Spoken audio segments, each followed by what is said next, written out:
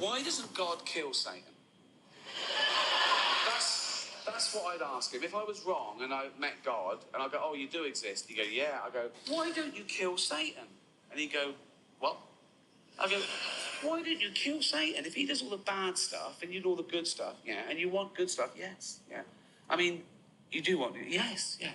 And you could kill him, couldn't you, if you wanted? Yes, because you can do anything easy, yeah. Why don't you kill him then? Because, shut up.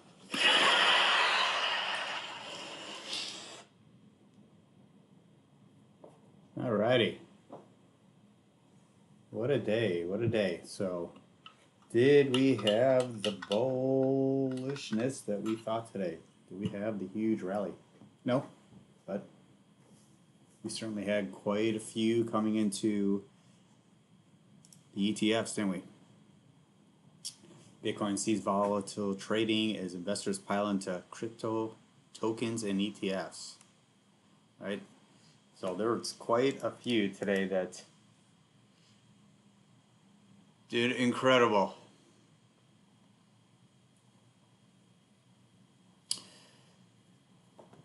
Cryptocurrencies experienced volatile trading on Thursday as investors piled into tokens and funds after the Securities and Exchange Landmark moved to approve Bitcoin funds. So we really, 1% yesterday. It looks like we went as high as 48,990, which I did not see. I saw just below 48. And hit as low as 45,675. That, you are going to be seeing a little bit of, sell off, and who knows if it's going to be manipulation to get it lower. But we shall see in the next coming weeks. And the constant rumors of XRP ETF coming up after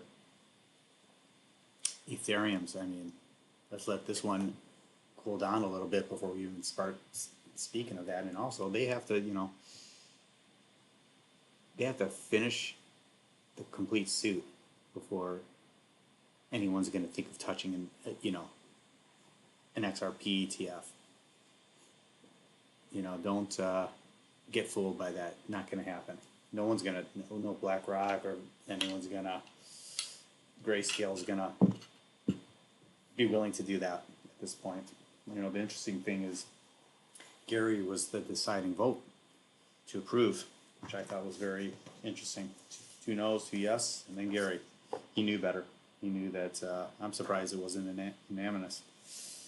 Another interesting thing, Vanguard, the second largest asset manager behind BlackRock, along with Merrill Lynch, actually, not allowing customers to any access to ETFs. You know why? They missed the boat. They're jealous, and they know they made a huge blunder. Guess what? They're going to be pressured because people are going to want to. Their customers are going to be demanding this, and they'll go elsewhere.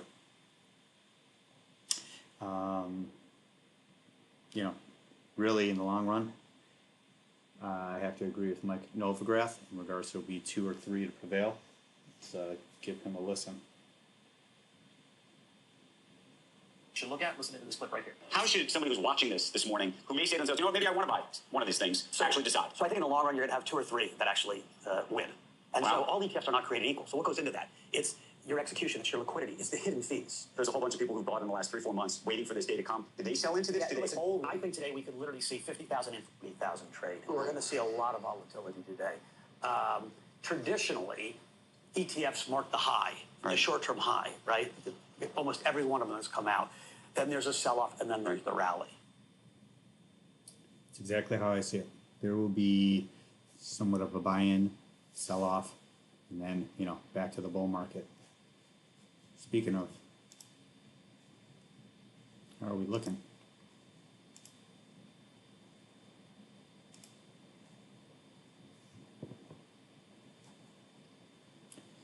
In regards to the gainers, SUI popping up above $1. Not C. C was my one or the other. I jumped into C.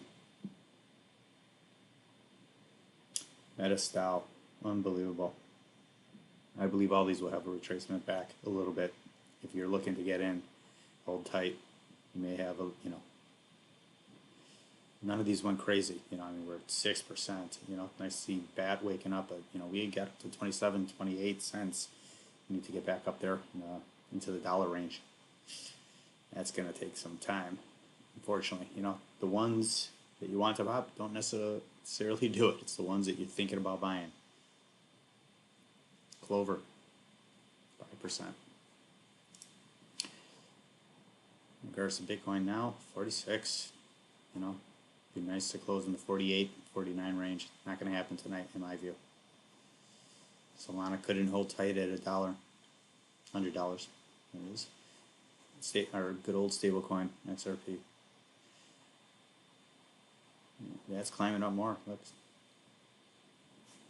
Getting back into the stable coin area with XRP at the 60, 61 cent range.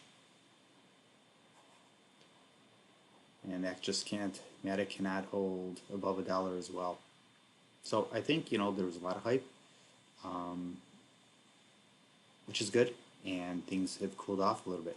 Definitely not a negative day in the market. But certainly a lot of people anticipated,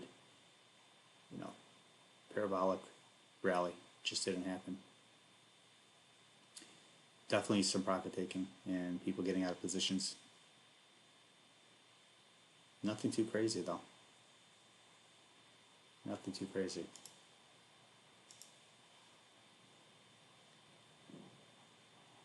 Volume doing pretty good there. Can't complain with that.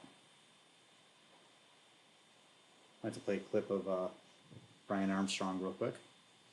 Yeah, I mean, it does sound like it was kind of a begrudging approval. So, on the one hand, I'm glad we have an approval. It's a recognition for the 52 million Americans who are excited about this and hopefully more in the future.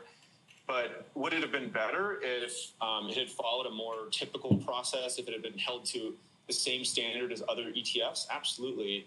I mean, we have our own case with the SEC, for better or worse. That's not something that we ever really wanted to be in that situation. But if we're not going to get clear rules from the regulator, unfortunately, we may have to avail ourselves of the court to get case law created. The court's played a big role, as you mentioned, in these ETFs. And then ultimately, I think we're going to have to look to Congress to pass new laws because ultimately that's where the regulators derive their authority. And I think it's pretty clear at this point that we do need new laws on the book to clarify some of these outstanding issues around what's a commodity, what's a security, the different types of market structures that could apply to crypto. Brian Armstrong there with Coinbase, speaking some truth. And, nothing really too crazy to share. Just one of those days we're really going to have to see what happens over the next few days with profit taking and, possibly whale manipulation. Scaramucci says he will buy U.S. Bitcoin ETFs. 2023 was the best year for his crypto funds. Well, he's been a believer for forever.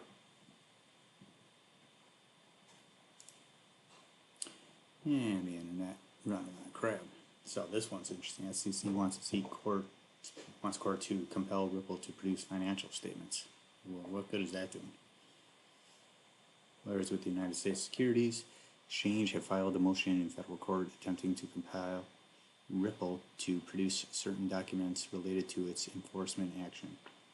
On the 11th, Southern District of New York, SEC requested Judge Netburn issue an order requiring Ripple to produce financial statements from 22 to 23 and post-complaint contracts governing institutional sales.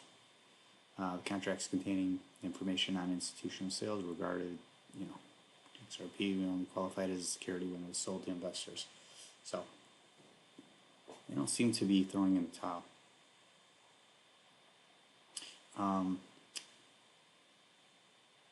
Lighting section 5, and it's just same old BS with SEC. So I don't know how the meeting's going to go with them, if they're going to be able to come to any understandings. But, not too much to share. I'm not going to come on here and drink champagne like many other people were doing. I think it's great. It's a great thing we have going. Let's just see what transpires over the next week. You know, we're heading into a weekend tomorrow, and it should be interesting. Let's see if we have a sell-off Sunday like we have for the last 2 months. All right, I got nothing else.